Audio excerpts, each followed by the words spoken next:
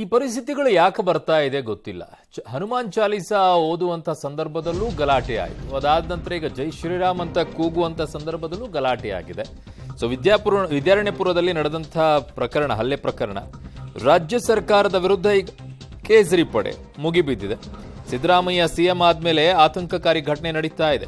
ಕಾಂಗ್ರೆಸ್ನವರಿಗೆ ದಮ್ ಇದ್ರೆ ಗುಂಡಾ ಆಕ್ಟ್ ಹಾಕಿ. ಕಾಂಗ್ರೆಸ್ ಸರ್ಕಾರಕ್ಕೆ ವಿಪಕ್ಷ ನಾಯಕ ಆರ್ ಅಶೋಕ್ ಸವಾಲು ಹಾಕಿದ್ದಾರೆ. ಮತಕ್ಕಾಗಿ ಯಾವ ಮಟ್ಟಕ್ಕಾದ್ರೂ ಕೂಡ ಇಳಿಯುತ್ತೆ ಅಂತ ಜೋಶಿ ಅವರು ವಾಗ್ದಾಳಿ ಮಾಡಿದ್ದಾರೆ. ಈ ಸರ್ಕಾರವನ್ನ ವಜಾ ಆಗಬೇಕು ಅಂತ ಅಶ್ವತ್ಥ ನಾರಾಯಣ ಅವರು ಆಗ್ರಹಿಸ್ತಾ ಇದ್ದಾರೆ. ರಾಜ್ಯದಲ್ಲಿ ದಿನೇ ದಿನೇ ಮೂಲಭೂತವಾದಿ ಇಸ್ಲಾಮಿಕ್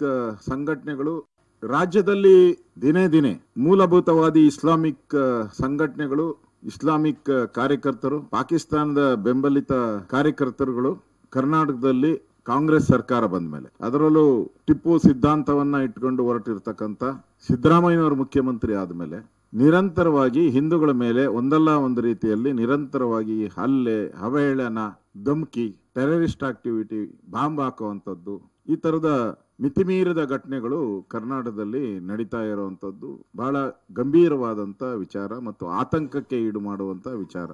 ಗುಂಡಾಗಿ ಆಕ್ಟ್ ಹಾಕ್ಬೇಕು ಅಂತ ಒತ್ತಡ ತಂದಿದ್ದಾರೆ.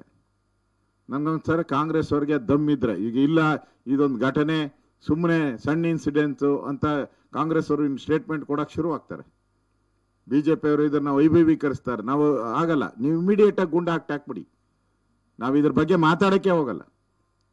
ಇಮಿಡಿಯೇಟ್ ಆಗಿ ಗುಂಡ ಹಾಕಿ ದೇಶದ್ರೋಹದ ಕೇಸ್ ಹಾಕಿ ಅವ್ರ ಮೇಲೆ.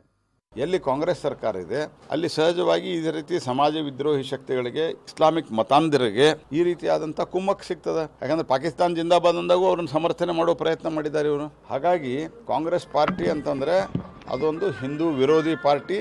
ಅವರು ಓಟಿಗಾಗಿ ಯಾವ ಮಟ್ಟದ ಅಪೀಸ್ಮೆಂಟ್ಗೂ ಸಿದ್ಧರಿದ್ದಾರೆ ಅಂತ ಅನ್ನೋದು ಮೂರೂ ಘಟನೆಗಳು, ಪಾಕಿಸ್ತಾನ ಜಿಂದಾಬಾದ್ ಅಂದಾಗ ಅವ್ರು ನಡ್ಕೊಂಡ ರೀತಿ, ಹನುಮಾನ್ ಚಾಲೀಸಾ ಮತ್ತು ನಿನ್ನೆ ಜೈ ಶ್ರೀರಾಮ್ ಅಂದವ್ರ ಮೇಲೆ ಹಲ್ಲೆ. ಏನು ಕೂಗಬೇಕು, ಏನು ಘೋಷಣೆ ಆಗಬೇಕು, ಏನನ್ನು ಪೂಜಿಸಬೇಕು ಅನ್ನುವಂಥ ರೀತಿಯಲ್ಲಿ ಪ್ರಶ್ನೆ ಮಾಡುವಂಥ ಪರಿಸ್ಥಿತಿ ನಮ್ಮ ಸನಾತನ ನಾಡಿನಲ್ಲಿ ಬಂದಿರುವಂಥದ್ದು, ಭಾರತದಲ್ಲಿ ಬಂದಿರೋದು ನಿಜಕ್ಕೂ ದುಃಖಕರ.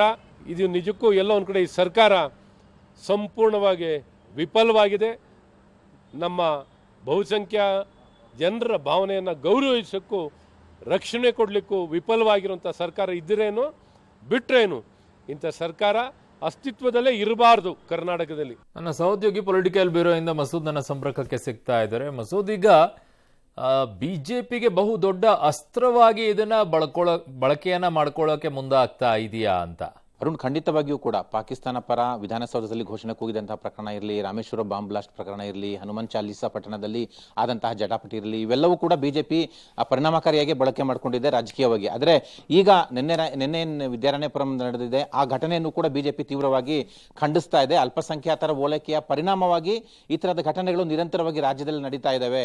ಒಂದು ರೀತಿಯಲ್ಲಿ ಮುಸ್ಲಿಂ ಮೂಲಭೂತವಾದಿಗಳ ಪರ ಇರುವಂತಹ ಈ ಸರ್ಕಾರ ಅವ್ರು ಏನೇ ಮಾಡಿದ್ರು ಕೂಡ ಅವರ ಮತ ಅಷ್ಟೇ ಬೇಕು, ಅವರ ಕಿಡಿಗೇಡಿ ಕೃತ್ಯಗಳನ್ನ ಒಂದು ರೀತಿಯಲ್ಲಿ ಅದರ ವಿರುದ್ಧ ಕಠಿಣ ಕ್ರಮ ತೆಗೆದುಕೊಳ್ಳುವಂಥ ಕೆಲಸಕ್ಕೆ ಆ ಸರ್ಕಾರ ಮುಂದಾಗ್ತಿಲ್ಲ ಅನ್ನುವಂತಹ ಟೀಕೆಯನ್ನು ಕೂಡ ಬಿಜೆಪಿ ನಾಯಕರು ಮಾಡ್ತಾ ಇದ್ದಾರೆ. ಆರ್ ಅಶೋಕ್ ಅವರು, ಅಶ್ವತ್ಥ ನಾರಾಯಣ ಅವರು ಇಬ್ಬರು ಕೂಡ ತೀವ್ರವಾಗಿ ಸರ್ಕಾರದ ವಿರುದ್ಧ ವಾಗ್ದಾಳಿ ನಡೆಸಿದ್ದಾರೆ. ಜೊತೆಗೆ ಈ ವಿದ್ಯಾರಣ್ಯಪುರ ಘಟನೆಯಲ್ಲಿ ಏನಿದೆ ಕಿಡಿಗೇಡಿಗಳ ಬಂಧನ ಆಗಿದೆ, ಸರ್ಕಾರಕ್ಕೆ ತಾಕತ್ತು ದಮ್ಮಿದ್ರೆ ಅವ್ರ ವಿರುದ್ಧ ಗೂಂಡಾ ಕಾಯ್ದೆ ಅಡಿಯಲ್ಲಿ ಕೇಸ್ ದಾಖಲು ಮಾಡಬೇಕು, ದೇಶದ್ರೋಹದ ಕೇಸ್ ದಾಖಲು ಮಾಡಬೇಕು. ಈಗ ಅವ್ರನ್ನ ಬಂಧನ ಮಾಡಿದ್ದೀರಾ, ಕಂಡರಿಸುವ ತಂತ್ರ ಇದು. ಬಿರಿಯಾನಿ ತಿನ್ಸಿ ವಾಪಸ್ ಕಳಿಸ್ತೀರಾ, ಹೀಗಾಗಬಾರ್ದು. ಇವ್ರ ವಿರುದ್ಧ ಗೂಂಡಾ ಕಾಯ್ದೆ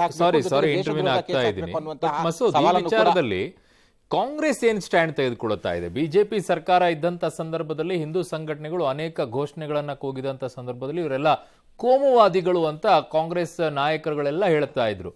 ಈಗ ಈ ಘೋಷಣೆಯನ್ನ ಮಾಡಿರುವಂತಹ ಯುವಕರಿದಲ್ಲಿ ಇವರೆಲ್ಲ ಕೋಮುವಾದಿಗಳು ಅನ್ನುವಂಥ ಶಬ್ದ ಏನಾದರೂ ಕಾಂಗ್ರೆಸ್ ಬಳಕೆ ಮಾಡ್ತಾ ಇದೆಯಾ, ಅಥವಾ ಮತ್ತೆ ಅದೇ ಹಳೆ ಚಾಳೆಯನ್ನು ಮುಂದುವರಿಸ್ಕೊಂಡು ಹೋಗ್ತಾ ಇದೆಯಾ? ಕಾಂಗ್ರೆಸ್ ನಾಯಕರು ಒಂದು ರೀತಿಯಲ್ಲಿ ಎಚ್ಚರಿಕೆ ನಡೆಯನ್ನ ಇಡ್ತಾ ಇದ್ದಾರೆ. ಈಗಾಗಲೇ ಘಟನೆ ಆಗಿದೆ, ದೂರು ದಾಖಲಾಗಿದೆ, ಎಫ್ಐಆರ್ ಆಗಿದೆ, ಏನು ಆರೋಪಿಗಳಿದ್ದಾರೆ ಅವ್ರ ಬಂಧನ ಆಗಿದೆ. ಆ ಬಂಧನ ಆದ್ಮೇಲೆ ತನಿಖೆ ಆಗುತ್ತೆ, ವರದಿ ಬರಲಿ ನೋಡೋಣ ಅನ್ನುವಂತಹ ಹೇಳಿಕೆಗಳಿಗೆ ಕಾಂಗ್ರೆಸ್ ನಾಯಕರು ಮೊರೆ ಹೋಗ್ತಾ ಇರುವಂತದ್ದು. ಇದು ಲೋಕಸಭೆ ಚುನಾವಣೆ ಆಗಿರೋ ಹಿನ್ನೆಲೆಯಲ್ಲಿ ಇದೊಂದು ರೀತಿಯಲ್ಲಿ ರಾಜಕೀಯವಾಗಿ ಜಟಾಪಟಿಯಾಗಿ ಬಿಜೆಪಿಗೆ ಅಸ್ತ್ರ ಆಗುತ್ತೆ ಅನ್ನುವಂಥ ಒಂದು ಆತಂಕ. ಇನ್ನೊಂದು, ಸಮಾಜಕ್ಕೆ ಬೇರೆ ಬೇರೆ ಸಂದೇಶ ಹೋಗುತ್ತೆ, ನಮ್ಗೆ ಯಾಕೆ ಡ್ಯಾಮೇಜ್ ಆಗಬೇಕು ಅನ್ನುವಂಥ ಒಂದು ಧೋರಣೆ ಕಾಂಗ್ರೆಸ್ ನಾಯಕರದು. ಹಾಗಾಗಿ ಬಹಳ ಮುತುವರ್ಜಿಯಿಂದ ಒಂದು ರೀತಿಯಲ್ಲಿ ಸೇಫ್ ಅಲ್ಲಿ ಕಾಂಗ್ರೆಸ್ನಲ್ಲಿ ಎಚ್ಚರಿಕೆಯಿಂದ ನಡೆಗೆ ಇಡ್ತಾ ಇರುವಂತದ್ದು.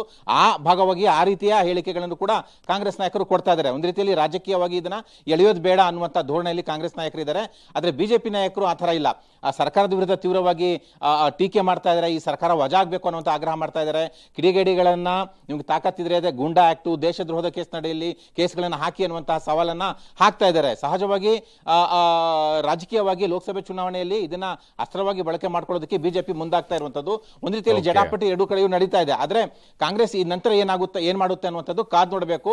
ಸದ್ಯಕ್ಕೆ ಬಿಜೆಪಿಯ ಯಾವುದೇ ಸವಾಲು ಪ್ರಶ್ನೆಗಳಿಗೂ ಕೂಡ ಕಾಂಗ್ರೆಸ್ ನಾಯಕರು ಉತ್ತರ ಕೊಟ್ಟಿಲ್ಲ ಇದುವರೆಗೆ. ಅರುಣ್. ಓಕೆ ಮಸೂದ್, ನಿಮ್ಮೆಲ್ಲ ಮಾಹಿತಿಗೆ ಧನ್ಯವಾದಗಳು.